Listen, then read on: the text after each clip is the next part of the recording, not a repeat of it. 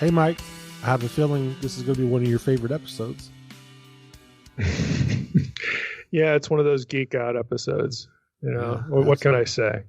Yeah, we're gonna have Michael Jahosky on, who has written a book about Tolkien, Lord of the Rings, and the good news, and again, just the way the book overlaps with biblical content, the gospel, Jesus, and Michael has read Unseen Realm and a few of my other books, and I'm quoted in this book, and he actually does interact with the content a good bit. So Michael was recommended by Lewis Marcos, and I think this will be fun. All right, and we have a link on the nakedbiblepodcast.com website. So go there, get the coupon code, and get the link so you could go get this book. And with that, Micah, why don't we just get into it? All right, let's do that. Well, we're excited to have Michael Jahosky on with us here on the Naked Bible Podcast. Now, for those of you who you could probably guess, Michael was recommended, and his book that we're going to talk about and talk through was recommended by Lewis Marcos, which he should need no introduction to the Naked Bible Podcast audience. We've spent a previous episode talking about how Lewis, saw parts of the Lord of the Rings worldview and cosmology connecting to my book, The Unseen Realm, and then we had a follow-up episode where we talked about Milton. We're going to return to Lord of the Rings today with Michael Jahosky, again at Lewis's recommendation, and I've read the book. So again, this stuff, pardon me for geeking out a little bit. This stuff, fascinates me because I am a Tolkien fan, but I wasn't like consulting Tolkien when I was doing my own work in biblical studies, but the cosmological connections are just fascinating to me. So today we're going to talk with Michael about his book, The Good News of the Return of the King, and the subtitle is The Gospel in Middle Earth. So Michael, I'm going to ask you to introduce yourself a little bit first. Just tell us who you are, the academic stuff, your degree, where you teach, what you teach, that sort of thing. Well, Dr. Heiser, thanks for having me on. I appreciate it. So I'm a humanities professor currently at St. Pete College in Clearwater now. I've just moved campuses, as a matter of fact. I've been there for 10 years. Previously, I was at USF for graduate school. I did a master's in humanities. So I'm an interdisciplinary guy for what I feel is a very interdisciplinary book. And in fact, I was asked on a previous interview about that. And I said, yeah, it shows the humanities training. Prior to that, I was at UCF. So I'm a Florida kid. I grew up here. And even though living around the world, I got my degree as an undergrad at UCF. I got a classical humanities degree. I focused a lot on Alexander the Great's Hellenistic Empire. And then I got a degree in history, where I kind of combined those two. So I've got the 3 degrees. I've been teaching 10 years. I've done 2 study abroad trips with St. Petersburg College to Israel in 2014 and in 2016. My God, it's been 4 years already. So my background is interdisciplinary. I try to specialize these days in religion and philosophy and mythology, but I've got a background as well as in history, as I said, and I've also a big nerd, but I've specialized in Greek and Roman and Jewish civilizations in particular. Well, it's true. I mean, obviously our audience has not, read the book. They're just getting introduced to it. And it is interdisciplinary. I mean, how could it not be really, Right, exactly. If you have your head into Tolkien and track on just some of the meta-narrative themes. I mean, you can't just stay in one place. So that's really understandable. What I want to track on today, it will become evident, to our audience, but we're essentially going to go through the book chapter by chapter, because I think a sort of a chapter / thematic, approach will probably make what you're trying to do a little bit clearer. But again, before we jump into the actual content, I'd like you to summarize your journey. This is something I'd like you to just sort of summarize what you have at the very beginning of the book. When you start out, the year 2001 was an important one for me, and just sort of what your path was and how it sort of wound up here. Yeah, speaking of path, I use C.S. Lewis's essay, I think, Christianity and Culture, which is in one of those essay compilations. His phrase, my road into Jerusalem, to describe my journey, which I was just asked to do a few months ago with some students. And, it's been a winding one. I know all Christians have different paths. Mine has been kind of disclosed more clearly to me recently as things have come together in my life. But yeah, 2001 is really where the story starts. Although I should just note that I began as a Catholic kid in a Catholic family. I was baptized, received First Communion. Didn't do confirmation though, and that's because my folks got divorced. I went on a hiatus, not really being a Christian until about 2001. When we moved into, the milk Christianity, the what we didn't know at the time, prosperity gospel stuff. My mom kind of found Christ again after a car accident, which I didn't mention in the book, but she kind of brought me to Christ again, but through Protestantism in 2001. And this was also the year, as you know, that the Fellowship of the Ring with Peter Jackson came out in December. And a few months prior to that, starting in the summer, I think it was, my brother started reading The Fellowship to me. I remember vividly him, kind of reading it up to the time of the release. We didn't finish it, but we, finished it after the movie came out. And I did not realize until about 10 years after, about 2010, 11, that there was a connection between rediscovering Christianity, although in a different form, and reading The Lord of the Rings. Now, the thing that got me was reading N.T. Wright, who I'm sure needs no introduction to biblical scholars, and his book, Simply Jesus, which I think came out that year. And I remember reading it in bed and thinking, wow, this sounds familiar. Where have I heard this? I said, this is an exciting way to look at the Bible. I wish somebody had taught me this.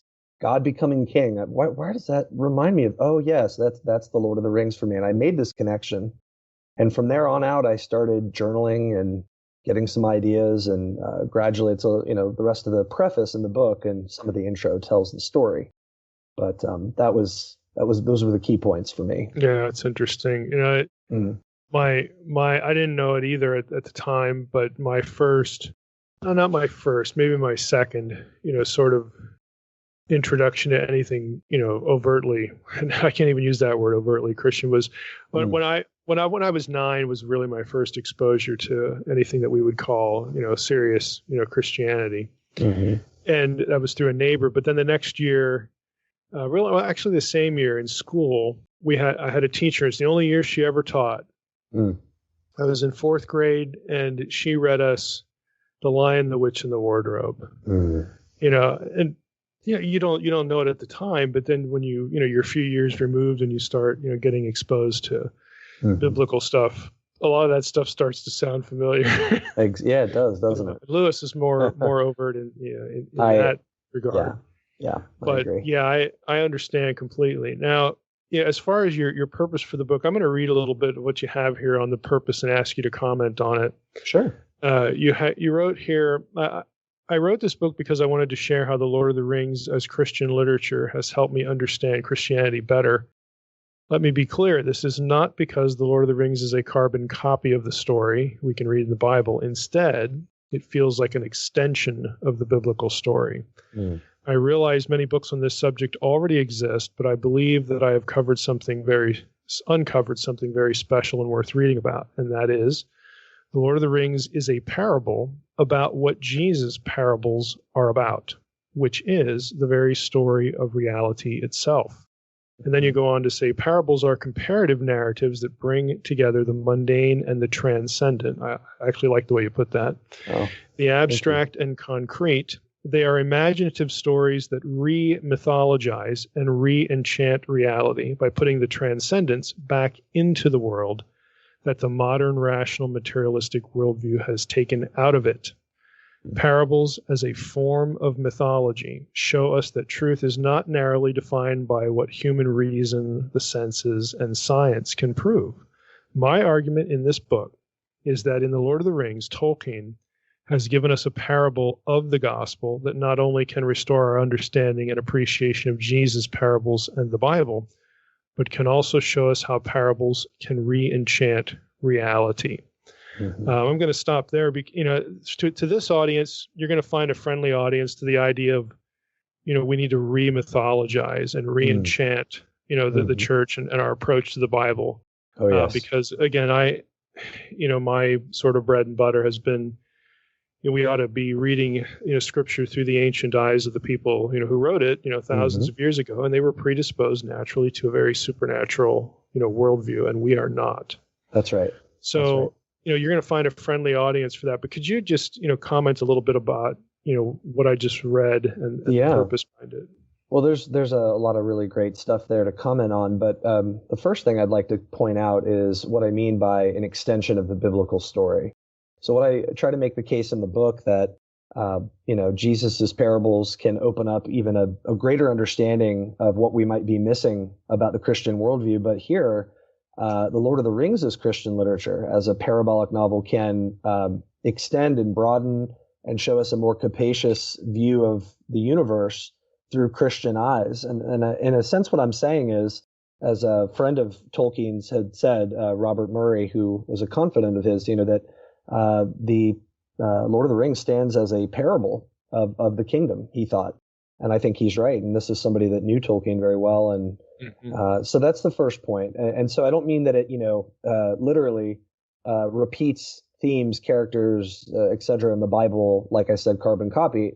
The Lord of the Rings is not about the Bible. It's about what the Bible is about and about what Jesus's parables are about, which is another way of saying the same thing. And so that would be the second point, that they're in both of these stories, that is in the Bible and in the Lord of the Rings. I think we see the same meta narrative, which is, as you know, tied to the term mythos. At least that's how scholars are kind of connecting it.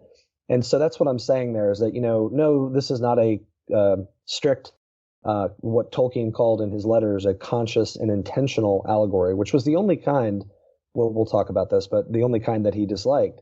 It is about what the biblical story is about. And I'm saying that is the story of everything, which is in keeping with what people are saying today. And then the rest of that is really just, and we'll get into this. I know you've asked me to, go over this with you about the book, parables, and we'll get into some technical elements there about what they are as a form of literature, or as they say, a form of mythology. So I'll say more on that later, but it's a special kind of story, I think, and particularly Jesus's way of telling parables, very special, very powerful. Well, the mythic terminology, I think, is important, especially if they're, we get new listeners all the time, and so we need to unpack that a little bit. I mean, because when some ears hear that, they think, if you're using the word myth of something in the Bible, that means you don't think it's true. When actually, what we're saying by that term is not, no, it's actually more true than you think. So weird. and it sounds odd, but I mean, for me, I've been working on something, a project here at work where next year I'm going to be doing a class that includes an element of the discussion about the problem of biblical historicity. And so if you think about it this way, okay, if you had, two choices to make, and on the left-hand side, you have, here's a historical narrative where everything is completely precise. Everything that's mentioned has been fact-checked. Everything has multiple source, source derivation here. Everything is just what you'd want it to be, but that historical tale completely excludes and dismisses and, in fact, denies the notion that God or any supernatural reality exists and has any part to play. So that's door number one. Door number two is you have a historical narrative that isn't precise, that sometimes what it claims really only has one source, that the thing that you're reading that claims it. There's only one source. And so we have gaps, in our knowledge and understanding. It's incomplete, but it acknowledges the reality of God and the supernatural having a role to play in what happened. So the question is, which one of those doors, door number one or door number two, is more true? Yeah, that's a great way to put it. We as moderns, it's like, and as modern and Christian, we're like, oh yeah, that door number one, that's history. But then when you get to just divorcing all of it from providence, it's like, oh, wait a minute, that doesn't feel right. But then you go to door number two, and it's less, it's imperfect, of what you'd want it to be. but it's actually more complete. Exactly. It includes all of the reality elements that need to be there. And the surprise is that door number 2 is the Bible. That's right. Yeah. Door number 2 is the Bible. It is a selective book. It is not exhaustive and complete in all its details. Some of the things it says are only said there, but it actually gives you a more real, a more true representation of the way reality really is. And that's what we're talking about with myth and mythos. So I think people just need to understand, what that terminology means, not only in this discussion, but, broadly academics, when they would have this discussion, they're going to know this a little bit sort of intuitively. Oh yeah. But the public doesn't necessarily know that. No, my experience as an educator, I'm sure you have the same one, that it's quite the contrary. They're very unfamiliar. And it's the modern definition of myth, which, I can speak to, or you've already done it, but it's the Enlightenment, story that truth about, and just for our listeners, truth is a statement about fact, about reality. Reality is that which truth is about. So, the modern definition of myth is that only historical, rational, empirical, and scientific truth about reality. That's it. Yeah. And that's a very true way of looking at things, but it's limiting truth to only one kind of truth epistemologically. We can only know how we know what is true through those ways. And as you said, it's more true to see mythos as part of that. And in fact, the word mythology, as it combines mythos and logos together. And a truly mythological worldview would include not only the modern empirical, rational, materialistic ways of knowing truth, but the supernatural, the poetic, the truth while non-literal ways of knowing truth. And that's what mythos really means. And in fact, it does disturb a lot of my students. I say, well, tell me what myth is. And they say, oh, well, that's just, false, not worth your time. I said, well, what if I told you the opposite was true? And they just look at me like I've, like you had two heads. Exactly. I'm like, well, let me explain. And sometimes I snag them, sometimes I don't. But yeah, it's an imaginative way, an indirect way of communicating truth. That's what myth does. It's a narrative form. In fact, as I hinted at earlier, today myth is connected to the concept of worldview. Alistair McGrath, who's a scholar I really respect, who's reaching out to a lot of postmodern Christians, in fact, that myth is a narrated worldview. It's our propositional, philosophical views of various things, but expressed in narrative form. Yeah. And we all live inside that. Yeah, and when some of the characters in that narrated form are supernatural beings like God, that doesn't invalidate the trueness, of the narrative. No. It's actually more inclusive. It's more complete. Sure. You have in the book at one place, you say Lord of the Rings is not an intentional allegory of the biblical story. Rather, the Lord of the Rings, the Hobbit, and the Silmarillion contain the same mythos, the same story of reality as the Bible. And that is a story for everyone. In saying that Christianity is the myth that came true, Tolkien was saying that Christianity is a narrated view of reality, but with one crucial difference. The Christian myth really happened. It is the really real, which I like to turn a phrase there. Oh, thank you. And your last line is the Christian myth corresponds accurately with all of reality as humans experience it, which I think is really an important thought. Now this sort of bleeds into another thing. This is the last thing I'm going to ask you before we actually get into the book content. Sure. And that is this is sort of an opinion question about the importance of re-enchantment. Now you allude to and use that vocabulary, and again, this audience is going to appreciate that vocabulary. But why do you think this is crucial for postmodern apologetics, or just to try to articulate what's really real to a postmodern audience? Well, I think in particular, we have to remind ourselves that postmodernists think we're all living inside stories that are only true for that community. There is no objective, total, or what they might say totalitarian truth, or a totalitizing narrative that scares them. But what you do when you do that, of course, is you take away the meaning of the word true. And so to appeal to a person who is, is that statement true? Okay, whoa, students are like, okay, yeah, that makes sense. Well, okay, I think the fear for postmodernism is a reaction to modernism as we know, and the Enlightenment in particular, but also Epicurus back in the day, is that, the modern understanding of truth was restricted to rational, empirical, scientific, and they were reacting to that.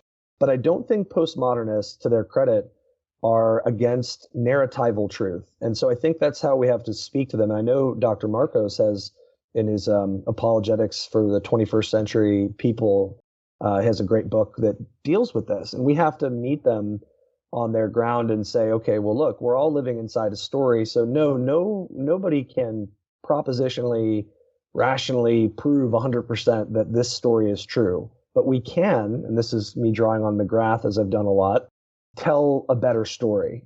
A lot of people are saying this today in the scholarly world. And that involves having explanatory scope and power and the ability to, here's a thing I mentioned in the book, your worldview, your myth, that is, has to be able to explain the existence of other worldviews.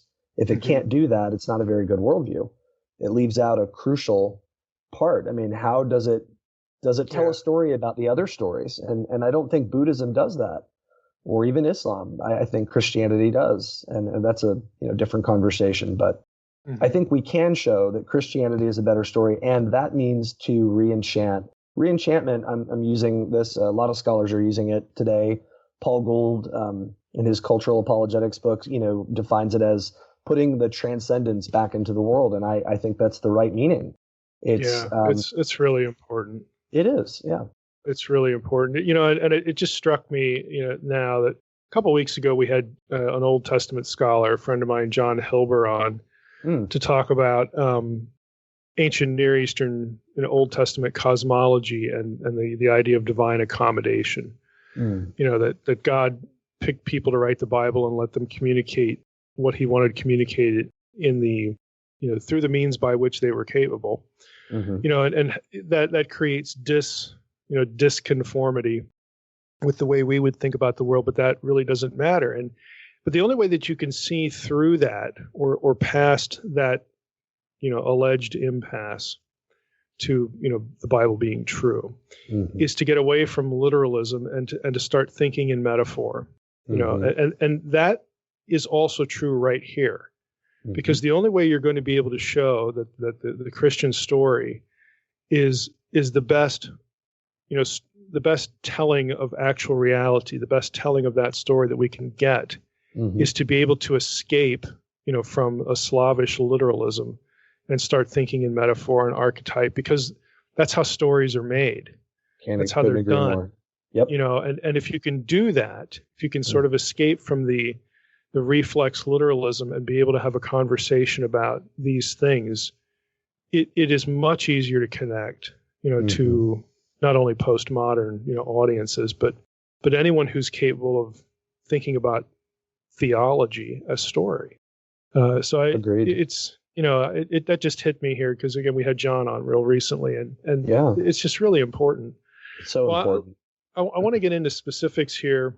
And again, I'm going to basically ask you to summarize each chapter. I'm going to start with I'll start with the title, and then I'll jump into a few, questions here. But we're going to track through the book this way. I think that's an easy way to get through the material, and also in a reasonable amount of time, because there's a lot in here.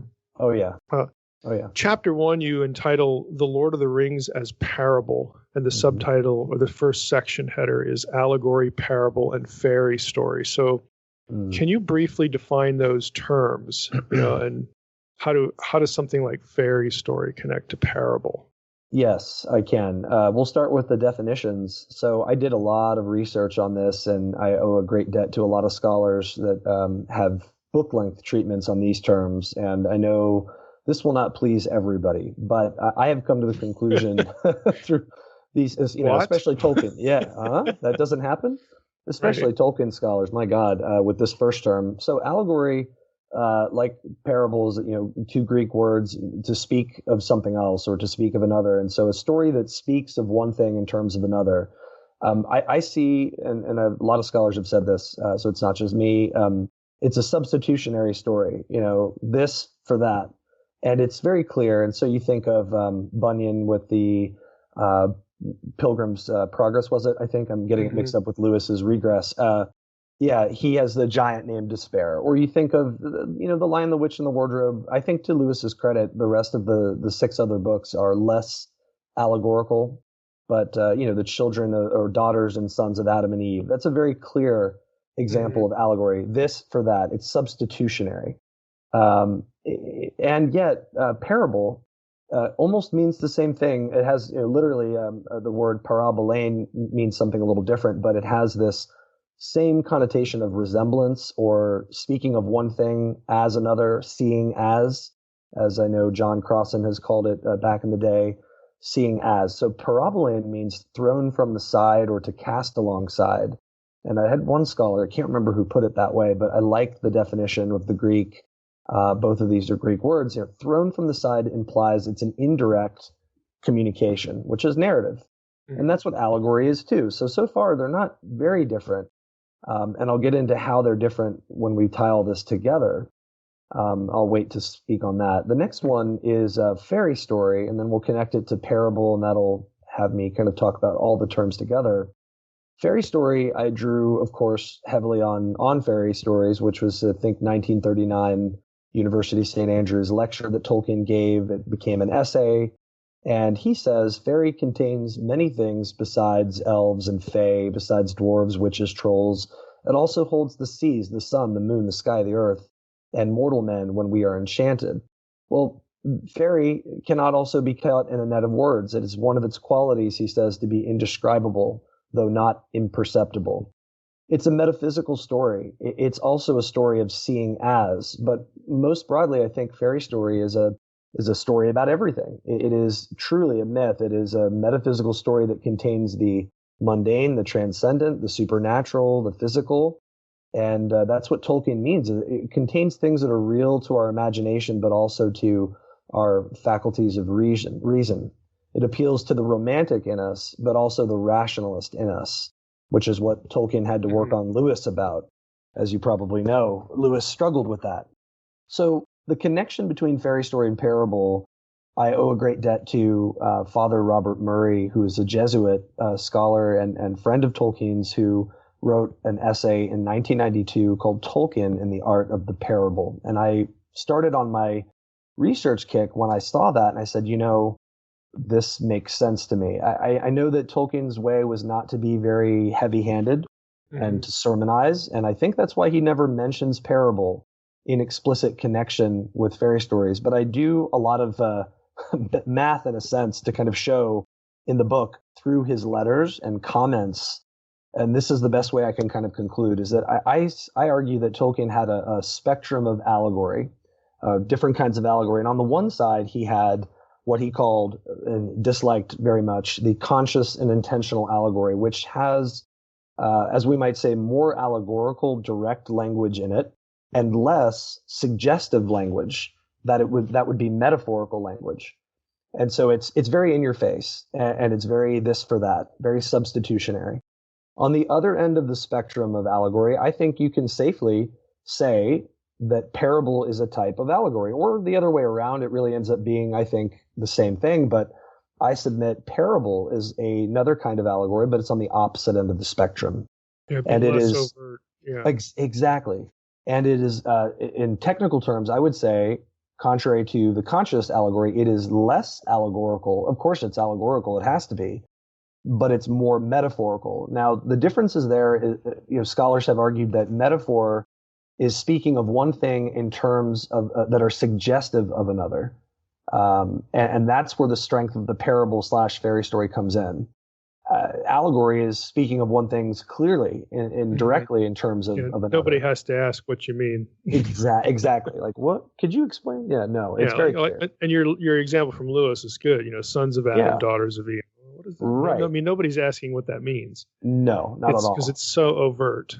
Yeah, exactly. That's a good word. Then you move down the other direction. You get to the less and less and less and less overt, but still similar. Right. Still tracking.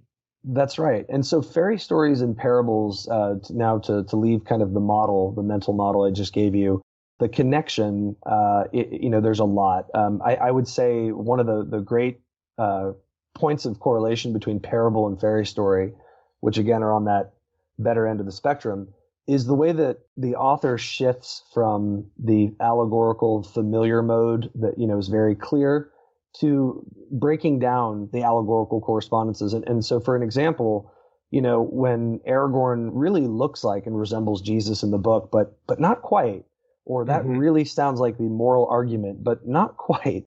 And you have these moments, and it's when Tolkien, as a master storyteller or parable teller, shifts from the allegorical to metaphorical mode. And I think that this is how he talked about fairy stories, and there's just so many other connections I could talk about. I know you want to move on. Well, it's interesting because it would seem that if you're trying to work the other end of the spectrum, the less overt, you want the reader to think, well, that sounds like, but now wait, I mean, there's like this moment of hesitation. Yes, exactly. There's this moment of uncertainty. So if you can get your reader to think that thought, well then, okay, mission accomplished. Exactly. Move on to the next thing. That's right. And so all that you're saying is that this was a strategic decision. It was an intentional decision, rather than to spend the time on the left end or the far end of the one end of the spectrum. Now we move to the other end, and right. We want to put enough in there so that people sense the similarity, but they know that it's not quite. Exactly. And I think Jesus's parables do the same thing. I mean, we know there are many echoes. Man had two sons. I mean, we think of a lot of people in the Hebrew Bible about this, and it reminds us of not just Abraham, but so many others. And so I think, there's an echo of familiarity. It's a lure that brings us in, making us think we've heard this story before. And then it goes and it veers in a different direction. And when we get into the later chapters in the book, I can comment more on that, where that example of the breakdown is really clear. And for the Tolkien scholars out there, that what that shows is that, no, this is not a sermon. This is not a this for that. But the vision is still there. The Christian worldview is very clear, and Tolkien was very explicit in his letters. We're lucky that he was. Yeah, I mean, if you can ask the question, well, is this the point of the similarity? Or in other words, there could be lots of points of similarity here, and these are here, and these aren't. Right. And again, in biblical studies, there's a man with two sons. Okay, and you just brought that up. Mm-hmm. So, I actually got a question in a Q&A last night about the John chapter 4, the woman at the well with Jesus. Is this typological of other marriages between sons of God, like, okay, the search for a wife for Isaac, he's the seed of Abraham, and some of these biblical characters where they go and they get wives and the women, somehow have a role to play in the messianic story and whatnot. So the question was, is John chapter 4 doing this? And there's enough there that makes you ask the question. Sure. But there's also enough disconnects there that make you wonder, that's probably not what it's about. You know what I mean? So there's this. I do. Yeah. There's this back and forth, of what's going on, and it just seems that's really, again, what that sums up, kind of what you get with Tolkien. There's enough there to make you ask the question, and since it is there, you can't wipe the suggestion off the table. Okay, you can't eliminate it, but there's these other dissimilarities as well. And he was content, and that's probably the wrong word. He probably enjoyed, seeing those sorts of discussions come out. And maybe wink at you and say, "Yeah, you're onto something." But yes, exactly. Yeah, and I'm sure Jesus did too, which is why I try to envision that. There's also what I would say. I mean, Tolkien's comment about it being indescribable fairy, but not imperceptible. That's a great summary of what that is he's talking about. I love that explanation that he gives, and that's there's enough on the table, as you said, but then it's taken away. Brant Petra, a Catholic scholar, has worded it kind of that the parables, the art of the parable, conceals and reveals. I think you mentioned that too in the unseen realm. I'm pretty sure you had at least strongly hinted at it. and gets into the messianic plan being concealed, as you said. And I think you're right on the nose there. So go ahead. Go ahead. Finish your thought. Oh, I was just going to say that, one of the other, for listeners who are familiar perhaps with Tolkien's fairy stories, the presence of the eucatastrophe, which was a very, I wish I had talked more about it, but I do mention it. The moment of decision is how Murray puts it in his essay about Tolkien's Art of the Parable, but it really means like a denouement, an outcome or resolution of the story, a moment of decision where something momentous happens. And we see that in the fairy story, conception of the fairy story, and also in Jesus's parables.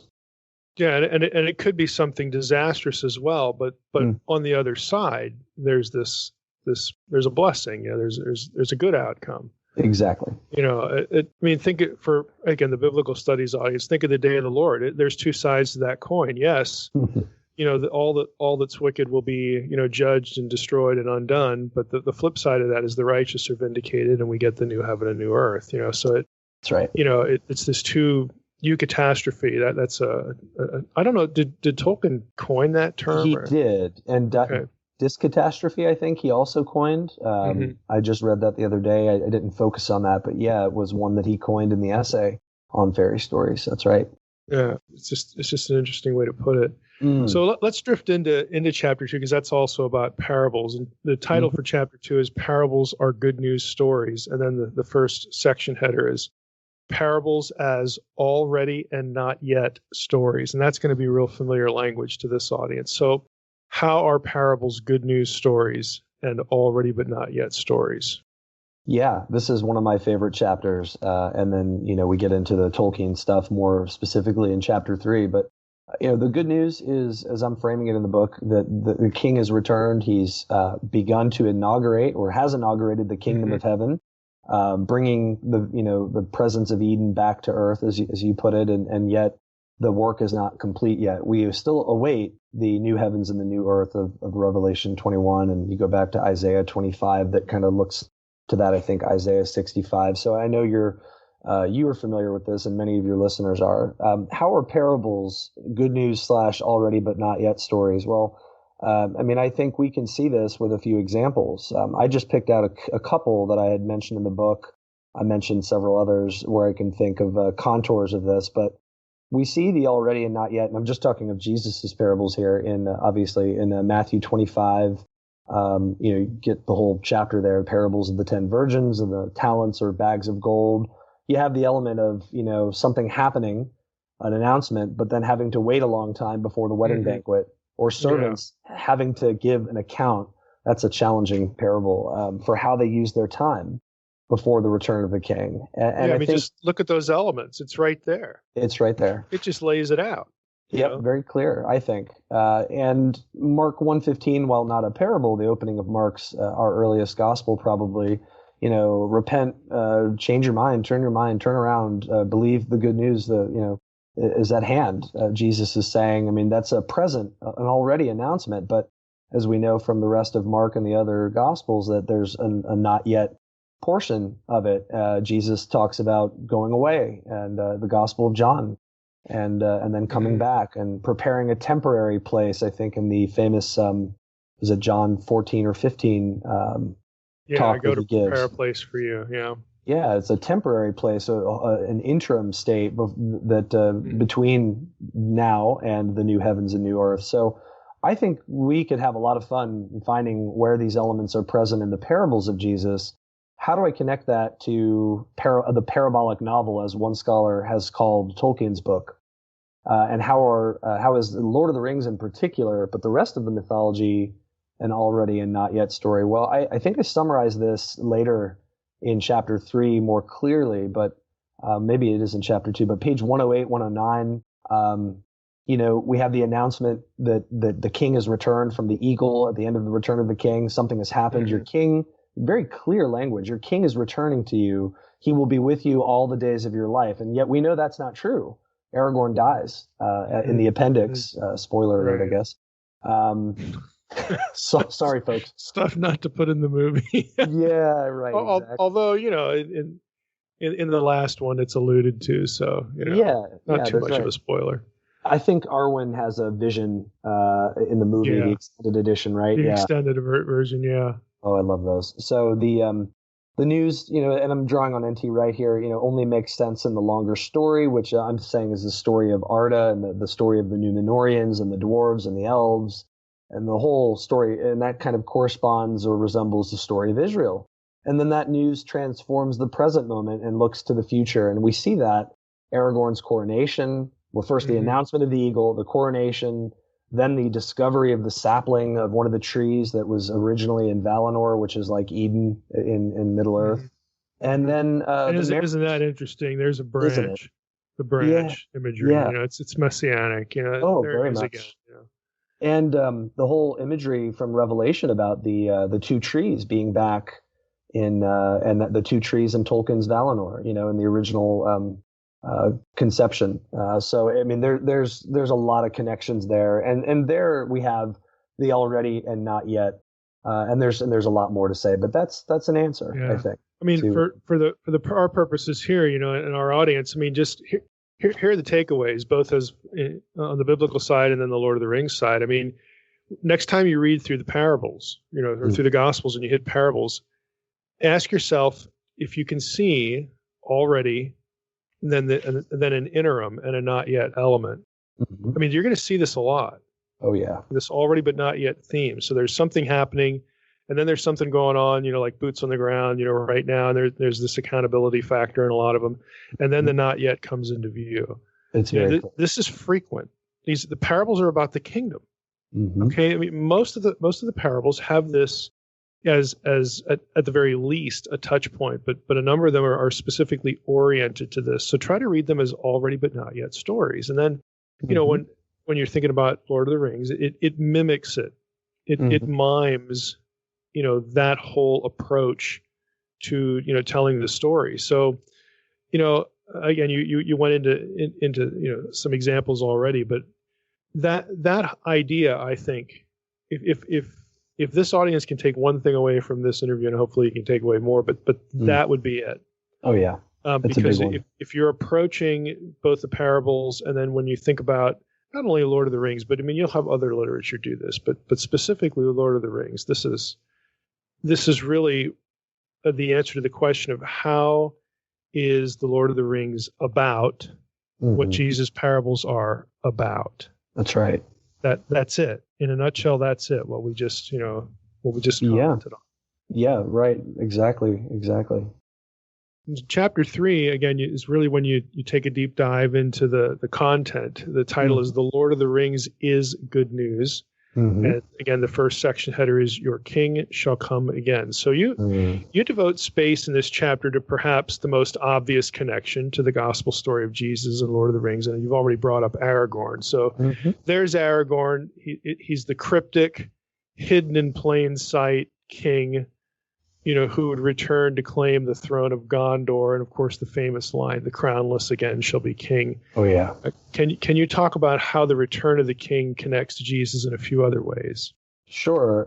I want to point out though too, there's a lot in the movies, and maybe I can integrate some of that into my talk through the next couple of chapters. But the thing I want to say now before answering that is that we have to kind of assume the Luke 24 perspective. And I talk about this in my book. Hermeneutically, we want to look back from in the Gospels, the risen Jesus, and search the scriptures in that sense. But I'm suggesting that Tolkien suggested in his letters and hinted at this, that is also the proper way to see the whole integrated mythology, and how, to answer this question greatly, is how the return of the king in the Lord of the Rings reminds us totally about Jesus. We only notice this if we read the Lord of the Rings first, especially from the end, and look back. And in fact, for those of you that don't know, in the Unfinished Tales, which is a collection of, unfinished tales, I just realized how that was going to sound. Right. In there's the quest of Erebor, and there's a tale there that Gimli and Gandalf and the hobbits are talking after the Return of the King. It's not in the main books, and Gimli, he looks back from the Return of the King after Aragorn has entered and the eagle has said his piece, that all of these events going back to the Hobbit and even further back are strangely woven together. very strangely. That's Gimli's words, right? And I think that gives us that permission that we're only going to understand that the return of the king is the message of the gospel, and we're going to see the connection if we assume that perspective. But now to your question, I think it's very clear if you are a Christian, but we can talk later about how it's not clear if you're not a Christian. But, Aragorn and Jesus behave very similarly, in their respective stories. I talk about the Greek words parousia, which is a loaded one having to do with the second coming, erroneously, I think. I mean, it's misunderstood. Obviously, that's a teaching we believe in, but it's often misunderstood. Exousia, these Greek words mean royal presence or arrival and authority, respectively. And drawing on N.T. Wright's great research here, again, that's who kind of got me started on this. I looked for examples of authority, and they're everywhere. I counted at least, and I think I just found another one, but 19 plus moments in The Lord of the Rings where Aragorn, like Jesus, and no one dared ask him another question from that day. Like in Matthew 22, when they ask him about David and the Lord, and Psalm 110 and Jesus, we get them confused. Jesus just runs circles around them. Shuts them down. Oh, yeah. And then exhibits this incredible authority. And we see that in Helm's Deep when Aragorn just gets up on the ramparts in the books, mind you. It's not quite the same in the movies. And he just looks down and then dawn breaks and, all the orcs are just terrified at him. And the way Tolkien describes it, you definitely get that exousia and the parousia, the royal presence, the royal authority, and everybody's just terrified of him. There are subtler moments throughout the novel, in the Fellowship, when the hobbits are sitting at Weathertop and Aragorn's telling them the story of his ancestors. Tolkien even describes the moon rising above the crown, keyword, of the hill behind his head. It's a very suggestive that, this is a hill that's associated with his people. And, we just get all of these very messianic Return of the King-like themes, and it reminds us of Jesus. And Jesus's parables are filled with these exiled and returning figures, or figures going away and coming back. So, I mean, there's just so many connections that I explore. It is. It's really good stuff. I don't want to. I think to call it clever just is a little bit, I don't know, disrespectful. It's more intelligent than just being clever. You could tell that Tolkien knew his Christology really well, and really knew how to draw on it, for things like this. Again, that, granted, the average reader isn't going to pick up on everything, but he'll pick up on enough to draw them in, and then they'll start picking up more, and realize, like, oh wow, it's hard to go a few pages into anything about Aragorn and not run into something like this. Even that's right, Dr. Heiser. Even the poem about Strider / Aragorn, that's his Ranger Dunedain identity in the Fellowship. The whole poem is messianic. It reminds us of so many of snippets of wisdom literature in the Old Testament, and just really redolent of that theme of the Return of the King. And it's been, I think, N.T. Wright most forcefully who has pointed out that we read as main text what the Gospels treat as presupposition. The story isn't about how Jesus is divine and human. It's already obviously about that. It's about what that means.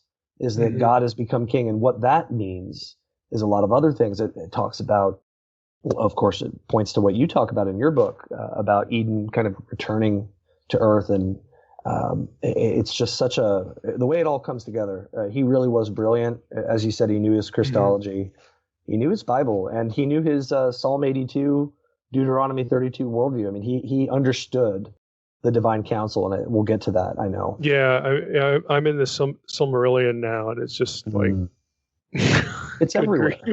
Oh, it's everywhere. Right, it is. Yeah. Say a little bit about the wedding of Aragorn and Arwen. You say a few things about this in the book, or in this chapter. How does that connect to the gospel parables and what we're talking about? So briefly, it resembles the language found in Scripture as Jesus as the bridegroom and the church, or Israel as the bride. And throughout the Bible, this is language, not just the monarchical language, but God is not just king; he's also bridegroom. It's just from Sinai to Jesus and everything in between. It's very clear. You also have Jesus's parables that have wedding imagery, and of course Jesus's strange comment to those not acquainted with the Jewish worldview about can the friends of the bridegroom fast while the bridegroom is with them. Some people just didn't get it. All of that language, I think, first points to the already portion. So in the Lord of the Rings, when you have Arwen and Aragorn marry at the end of the Steward and the King chapter in the Return of the King, it is, I think, first redolent of the first advent of Jesus and the marriage that he made on the cross to his people, the pledge to be with us and to reconcile us and call back the nations, but also pointing that he's going away and he's going to come back and he's going to, come back for his bride. And so the wedding in the book, and there's a strange line, I may not have interpreted it properly, but I have to go back and look at it, and I don't think I included it in the book because I wasn't sure that I had it right, but it's something about, there's a line, I'll have to go find it, but Tolkien says something like, there's a future element, or they looked far off, and almost like he's suggesting that this is not the end of the story. The wedding is just the beginning. There's more to the wedding in the future. Does that have anything to do with this? I didn't know, but you mentioned in the chapter that Tolkien had planned a sequel.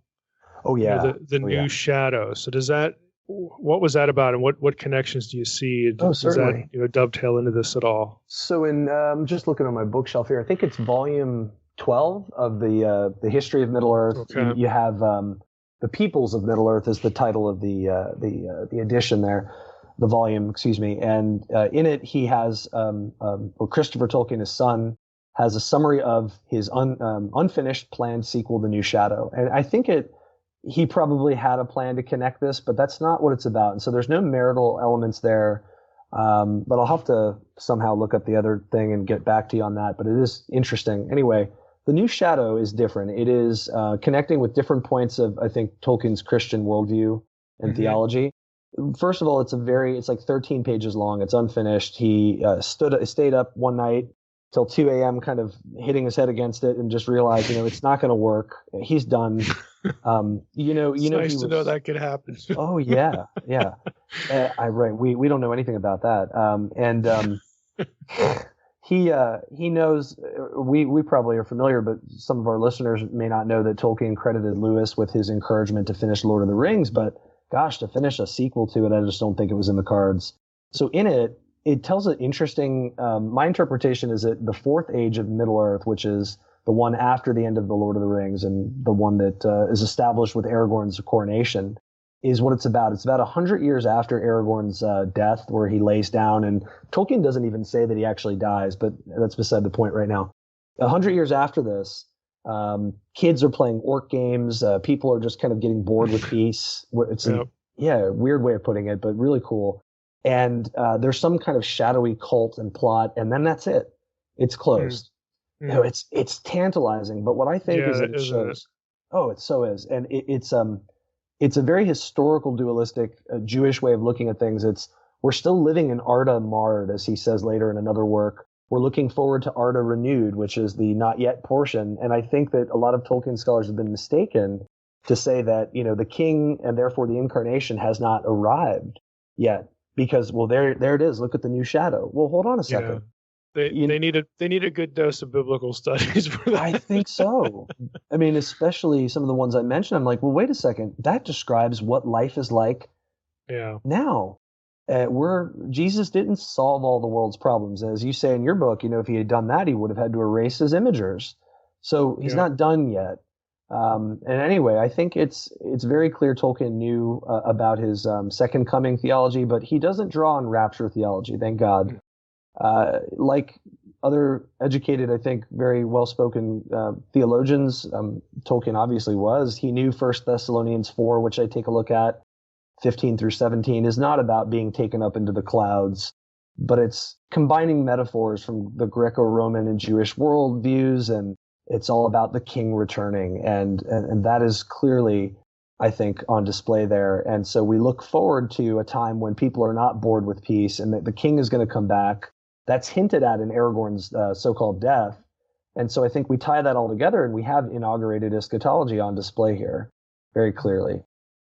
In chapter 4, we'll move to chapter 4. Yeah. Because we got two to go, but I only have one question here, because this Sure. is something that I just would never have occurred to me. So the title is "The King Beneath the Mountain." Okay, the king beneath the mountain, seeing Thorin and thinking Aragorn. Mm-hmm. Now, I've read The Hobbit. I've seen, of course, the films and whatnot. So the question is, when we see Thorin, how and why should we be thinking of Aragorn? Because this is something that I just didn't. Maybe I'm just not into The Hobbit as much, but I didn't make that mental connection. So what? Yeah. When we see Thorin, why should we be thinking of Aragorn, and what's up with the dwarves and all this? What role do they play? This is such a fascinating storyline. And for those of you that haven't explored them in the Silmarillion, I talk a lot about this in chapter 5, about the backstory of the dwarves. And it's really underappreciated. A few other reviewers of the book had pointed out that they really liked that I went into this story, because we've heard a lot about the elves and the Númenóreans, and I do give more focus to the dwarves. And in doing so, I've kind of set myself up for failure to a lot of people allegorically. But of course, that's not what I'm doing. Well, if Aragorn is tied to Thorin, well, hold on a second. Aragorn's a Númenórean elf man. He's not a dwarf. So if Thorin is a type, like David is for Jesus, if Thorin is a type for Aragorn, which even the movies, Gandalf in the third Hobbit movie really makes clear, when Thorin, like just an awesome scene where he comes out and says to battle, and they all kind of run in, and rush the enemy forces, and Gandalf says they're rallying to their king. It's very clear in that moment. You can see the glint in his eye. Gandalf is kind of looking to Aragorn. And so there's a good movie example there. So I suggest that we should be kind of looking at Thorin as a type for Aragorn, as we do the House of David, in a sense, for Jesus and the kings there. But of course, this wouldn't be a great argument if it wasn't based on something Tolkien had said. Now, he was talking more about linguistics and philology here, but he says in a letter, 176, I do think of the dwarves like the Jews. And then he goes on to say, at once native and alien in their habitation, speaking of exile, and yet not fitting in, speaking the languages of the country, but with an accent due to their own private tongue. It's clearly for philology there, and the exile. Well, it's the exile theme, which is, it's once you hear it, it's kind of obvious, Oh yeah. Yeah, you can start making connections, and the two kingdoms of the dwarves, Erebor, the lonely mountain in the north, the Khazad-dûm, or Moria, the Elvish word for it, in the south, and you think of Israel, and you think of Judah, and then you also have this side by side with the Númenórean history. And so what I think is going on here is, there's a breakdown in correspondence typologically between Thorin and Aragorn, because they're different races, but that's because I think Tolkien divided allusions and resemblances to Jesus and the House of David between the story of the dwarves and the Númenóreans. Because you see the two kingdom theme, the exile theme, in both kings' backstories. He divides Christology or Christological elements. They're not all with Aragorn either. Oh no, you have some with Gandalf too. I mean, that's not tactically foreign. I mean, he's not sticking everything on one character. Right. But I think this is also something that gets overlooked, and it's very important. I think Jesus kind of scattered those typological allusions himself. And maybe Tolkien was drawing on the Beowulf author here too. As a professor of Anglo-Saxon literature, this would make sense.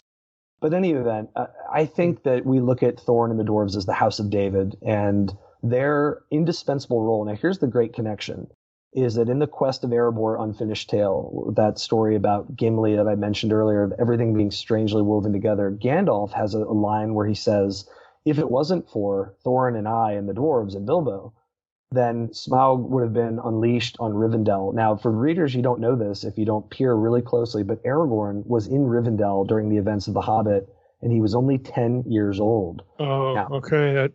That's right. Here's what's really cool, are two things. I think it's Isaiah 42. There's the prophet mentions something about hiding. It seems he may be speaking of the Messiah in his quiver. And that just reminded me of that, the hidden Messiah, the Messianic secret. Aragorn was hidden from the enemy. But there's also, what was I going to say there about the The movie, I think maybe it's the third movie of The Hobbit. It's the extended version. You get, Aragorn, Yeah. he kneels at the statue of his mother, and, all that. You get a little bit more of the backstory. Yeah. But in the Hobbit film too, you have Thranduil, Legolas's dad, tell Legolas that, there's a king, there's somebody important in Rivendell you need to go meet. And that's kind of a neat connection as well. So anyway, that's how I see it all together. And so I talk about a lot of interesting things here in this chapter about how the dwarves paved the way in the way that the Jews did, obviously for Jesus to be descended from the line of David, like Romans 1, Paul says. So that's how I put it together. All right. Last chapter is just simply named Estelle, which of course is the Elvish word for hope. So at one point prior to this chapter, I can't remember what chapter it was, but you wrote that from 2 years to 20, Aragorn's identity was kept secret, and he was given the name Estelle, which means hope. So what you just talk a little bit about how, the fact that this is his given name, how does that play out? Like how does that statement in earlier in your book sort of take shape in this last chapter? Well, in chapter 5, what we're seeing is that I've reached back from the return of the coronated King Aragorn all the way back into the ancient past of Arda, of Middle Earth, and we're back in the first and second ages now. And what I try to explore here, and what the hope refers to here, is in a debate between Finrod, who's an Elvish king and the brother of Galadriel, who readers and listeners will know who that is, Cate Blanchett from the movies, and Andreth, who's a woman who was infatuated with Finrod. And this debate is very Job-like dialogue, in fact. And in that dialogue, which is an late 1950s work, after The Lord of the Rings was finished, Tolkien wrote The Debate of Finrod and Andreth. And in it, he has Andreth mention that by the first age, which is historically in Middle-earth when this debate takes place, there was already something called the Old Estelle, or hope, of Iluvatar, God, entering into his creation. And then secondly, Finrod, at some point in the dialogue, and I go over this in chapter 5, says that he doesn't think it will be, he doesn't even mention the dwarves, he doesn't even think it will be the elves who will be the saviors of all, but a man. And, more true than he realized.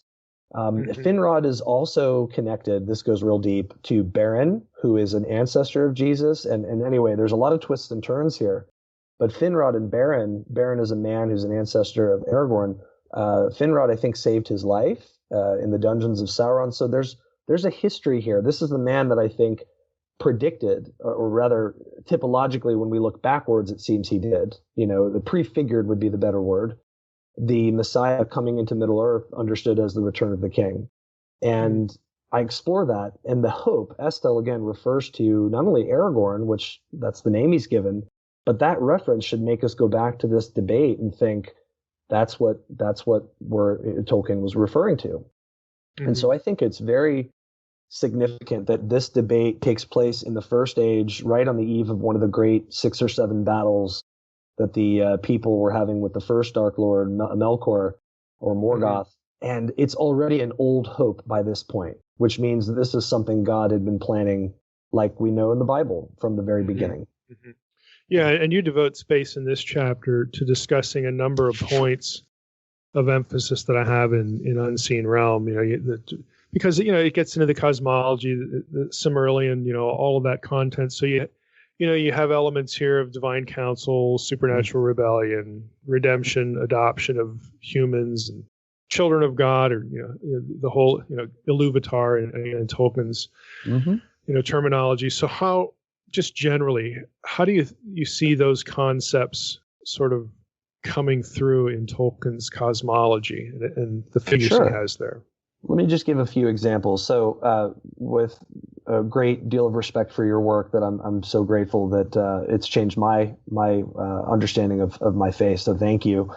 But because of your research in this department, I couldn't help but make these connections and see them on display. And I thought, wow, it's clear now that with up-to-date scholarship, we can dismiss the old arguments for the Aenor, the Valar, and the Maiar, and the Silmarillion, who are these previously thought to be either or a combination of these, the divine aspects of the one true God, his multiple aspects, which you dismiss or argue against in your Unseen Realm book, or that there are references to the Trinity, which I think is just patently false and obviously not in the Bible either, or that they're angels or archangels. They're not. They're God's divine counsel, and they're hierarchical. You have the Valar, who are kind of the senior sons of God, council members, and the Maiar, like Gandalf and the Balrogs, who are the lower divine council. And I think now, and I think some scholars are waking up to this. I know Dr. Marcos has seen it too. I don't know too many that have pointed this out. In fact, the ones I read, nobody said that it reminded them of Psalm 82. And that's why, I'm like, it's right there. Yeah. This is the divine counsel. And you can't see it if the gods here are just men. If you're thinking that, you'll never see it. Yeah, and nor are they Jewish elders or anything like that. So exactly. So that's one. Obviously, the divine counsel is on full display. And the unseen realm is quite obvious just in general. Tolkien had a supernatural, a fully fleshed out Christian worldview, the supernatural aspect of the created order, not Platonic, disconnected, disembodied. It's here, the transcendent dimension of the world we live in. And so obviously Tolkien includes that assumption in his books. Evil, you've got, I think, the biggest connection that I saw from your Demons book had to do with the Melkor rebellion in the Silmarillion and its infection of other divine council members. Now, in Tolkien's universe, you have Melkor, who's a Valar, the supremely powerful Valar, who starts weaving his own music. The world comes into existence through music. Beautiful. And little do we make this connection, but he infects or influences negatively Aule, who is the creator of the dwarves. And fun fact, the dwarves were created first, but they were put to sleep because went against God's plan. Well, I made the connection to the Genesis 6 passage here about the corruption. And you also get, with Aule, there's a direct connection to craftsmanship. Mm-hmm. Which you get in the whole Sons of God Watchers. Yes, thing exactly. in Second Temple Judaism. It's just there. It's all there. It's very clear. Yeah. So that's the highlight I wanted to point out. The Privatio Boni Augustinian doctrine of evil, origin of evil is very much there. I know Thomism is beyond me, but I know Aquinas is a great influence as well on Tolkien's worldview as a Catholic. There have been better books that explore that, but I think obviously we see that explanation of the origin and nature, metaphysical nature of evil on display in the Ainu Lindale, the creation myth. So that's very clear. Yeah. And I found it interesting, and I can't remember who the author is right now because I just bought it. I'm only first chapter into it, but there's actually it's an academic work, an academic press on Tolkien's cosmology. This is something I'll be drilling down into because the more I, through Lewis, initially, and now, your book, it's like, I could camp out here for a while. It's a lot of fun. You won't regret it. Yeah. It is. And I think, for me, I often get asked about, what are about tools, for doing biblical theology and we can give you, nuts and bolts tools and books and resources and all this. But I honestly think that one of the best things you can have is imagination. Oh yeah. And that isn't, to fictionalize, the data points, but I think an active imagination helps you to sort of connect things in multiple ways. And then you essentially find out what hangs together, I couldn't agree more. So it'll be useful for me for that. Yeah, well, have fun. I'm so grateful you asked me on, and it seems like you enjoyed my book, and I know there's a lot in there, but thank you for... Let me ask you one more question before we wrap up. Can you give us an example of how you would, or maybe you have used the content of Lord of the Rings to have a discussion with somebody who isn't a Christian? In other words, are there things in here that you've used or would recommend to use as discussion starters? Absolutely. Yeah. Thank you it's a great question. All of this has been just the best interview. I've really enjoyed it thoroughly. So thank you again. I would leave you with 3 points, and I think these are my favorite parts of the questions today. I had to pick, because they speak to the practical and apologetic usefulness of Tolkien's books. Now, first and foremost, it is a story in its own right. It needs to be considered and treated as an aesthetic object. However, with great caution and respect for the author and his intentions, I would submit these three things to start conversations. And they are conversation starters. The first one I've used was one that was used on me by Peter Kreeft, the great Catholic scholar. And he wrote in his philosophy of Tolkien, do you love the Lord of the Rings? Well, if the answer is yes, and I get this from a lot of my secular students, then I kindly and gently point out, well, you unconsciously love the Christian story. Here's how. And they go, what? And I go, well, let me explain. Did you know Tolkien wrote this? Do you know he wrote that? And are you familiar that the same thematic contours, creation, fall, redemption, restoration? And then I give him a second point here. This is related to the first. Here's a talking point, and the nerds that love and know the books, like me and you, that the Red Book of Westmarch in the Return of the King, when Frodo is giving a title to him and he and Bilbo's great journey story, he entitles it "The Downfall of the Lord of the Rings and the Return of the King." And I say, there I submit to you is a summary that the story the Bible is telling, and the story we find here: creation, fall, redemption, restoration. Thirdly, and finally, there's a bit more of a philosophical starting point for those of us that like the rational apologetics. In The Two Towers, Book 3, Chapter 2, it's entitled The Riders of Rohan. Aragorn has a conversation with Éomer about his metaphysical naivety concerning the existence of hobbits, and it's a long thing. I don't want to get too into it. I know we're already running long, but Éomer says, "Do we walk on legends, or in the green earth in the daylight?" And Aragorn responds, "A man may do both." And so he says, "The green earth, that is a mighty matter of legend, though you tread it under the light of day." And here I get into a conversation with people about how some of the moral arguments and philosophical arguments of Christianity are present underneath Tolkien's fictional writing. So there's a lot to mine there. So that's a great place to go to have that conversation. Well, that's good stuff. Yeah, I'm glad we could do this. I'm glad we had you on, and certainly thankful for your books. So again, we will have a link, obviously, to where people can get your book on the episode webpage. And just thanks again, for it's very evident that you not only put a lot of work into this, but it's more than an academic enterprise. It's personal. Yep. And I think that's going to come across, in the book. And for those who, love Lord of the Rings, this will be really, it'll be useful fodder to have discussions, but also you're going to learn a lot too, and be able to, you'll be stimulated to be able to think better even about, certain things in Scripture too. Again, it just gives you little nudges in certain directions that I think are really an assistance there. Thank you. This has been great. Thank you again. Yep. Thank you. All right, Mike. It's always fun to watch you because I know you're geeking out. You love this stuff. But Tolkien, man, he really is a master of Christology. I mean, he intimately knew that in order to weave it into his stories and whatnot, you really have to know something before you can really repurpose it the way that to the level that he did. And so that's what's fascinating. Yeah. I think what you find fascinating. It is. Yeah. Yeah, I mean, it is. He's not just writing something and can I drop something in here to make people think about Jesus? No, I mean, there's so much of it that is, again, parts of it are noticeable, but you for every noticeable thing, you've got 3 or 4 things that you'd really have to drill down, and you'd have to know not only the Lord of the Rings well, but you'd have to know the New Testament really well.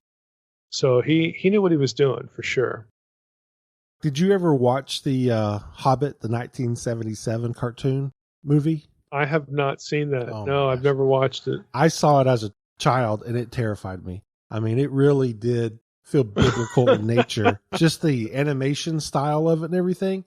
It really did have that biblical feel for it. So I think I kind of got that early as a kid by watching that particular movie. It scared the crap out of me. Well, I should watch it. It's good with that recommendation. It's good. It really is. Is that 2 thumbs up? Yeah, I'd like to go back and watch it too. And have you watched the movie Tolkien, the based on his life? No, I haven't seen that yet either. I mean, Okay. my Drina has seen it and really recommended it. So it's good. I gotta watch that. Yeah, it's good. So I need to go back and watch Lord of the Rings again, and with this mindset. It's kind of like reading the Bible after you read The Unseen Realm. You go back and you start to understand all these layers, and it makes it more interesting. It really does. Yeah. Well, that's an irresistible recommendation there. So I'll have to do both.